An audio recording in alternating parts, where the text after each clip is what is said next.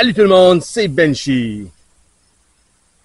L'apparition de la verge d'or, la fleur que vous voyez présentement à l'écran, signifie la fin de l'année apicole pour nous au Québec. Donc c'est la dernière fleur mellifère qui apparaît avant l'automne, avant que les froids commencent.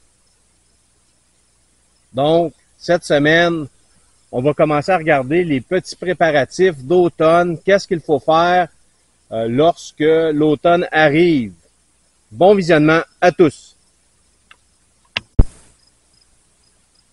Première chose à faire l'automne, il faut enlever les hausses à miel.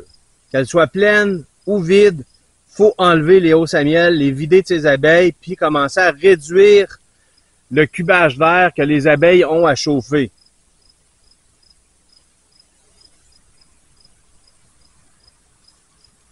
Sur mes colonies les moins fortes, je vais mettre un réducteur d'entrée pour les aider à défendre contre le pillage. Donc, ma Flow-Hive cette année est moins forte parce qu'elle a perdu sa reine 2 fois. Je vais mettre un réducteur d'entrée pour les aider à se battre contre les guêpes et les autres abeilles des autres ruches qui voudraient venir piller.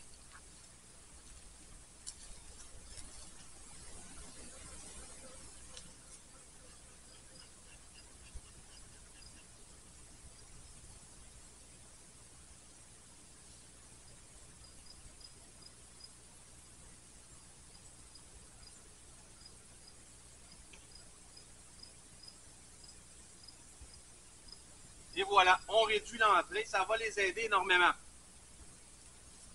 On fait une bonne inspection de nos ruches pour évaluer la force de nos ruches. Puis, ce que je vais faire ensuite, je vais balancer mes ruches.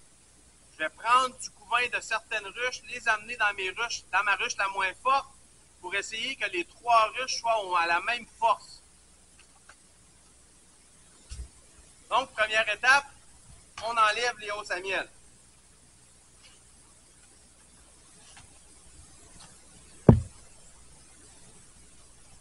C'est important de réduire le cubage d'air qu'elles ont à chauffer.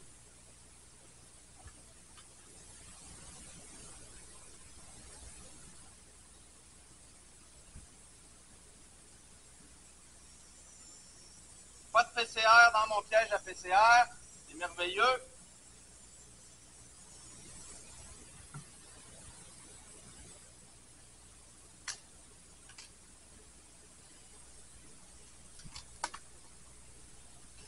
Donc, pleine, pas pleine, on enlève les hausses à miel. On va aussi venir enlever la grille-reine. On n'en aura plus besoin, étant donné qu'il n'y aura pas de hausse à miel. On va venir enlever la grille-reine.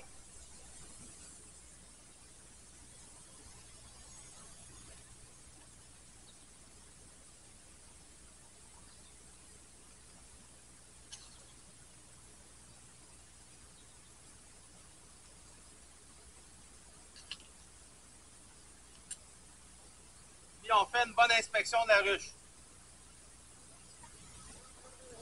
On referme le tout.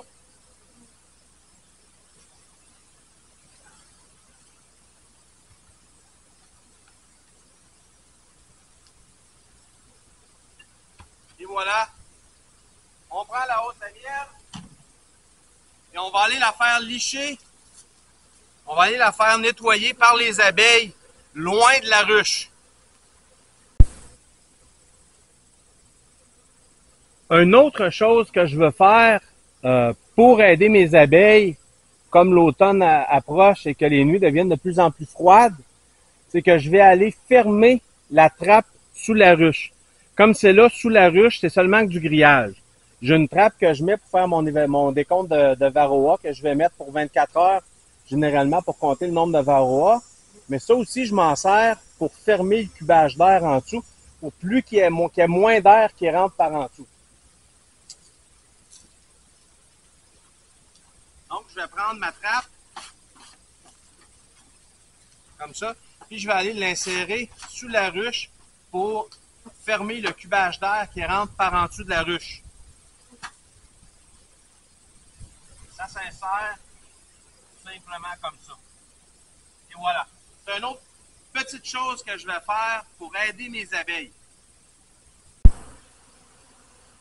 Donc, évidemment, je fais nettoyer mes boîtes par les abeilles, les guêpes. Eux vont vraiment aller chercher tout ce qui reste de nectar puis de miel en dedans de quelques heures. Puis, ils vont rapporter ça dans la ruche. Je mets mes boîtes sur le côté, bien aéré pour qu'elles puissent rentrer entre chaque cadre. Puis, je les mets pas trop proche de la ruche non plus. Vous voyez, ça c'est ici. Puis mes ruches sont dans le fond là-bas. Donc, on n'est pas à côté des ruches nécessairement. On est une cinquantaine de mètres des ruches pour éviter le plus possible d'encourager le pillage, pour éviter le pillage entre ruches.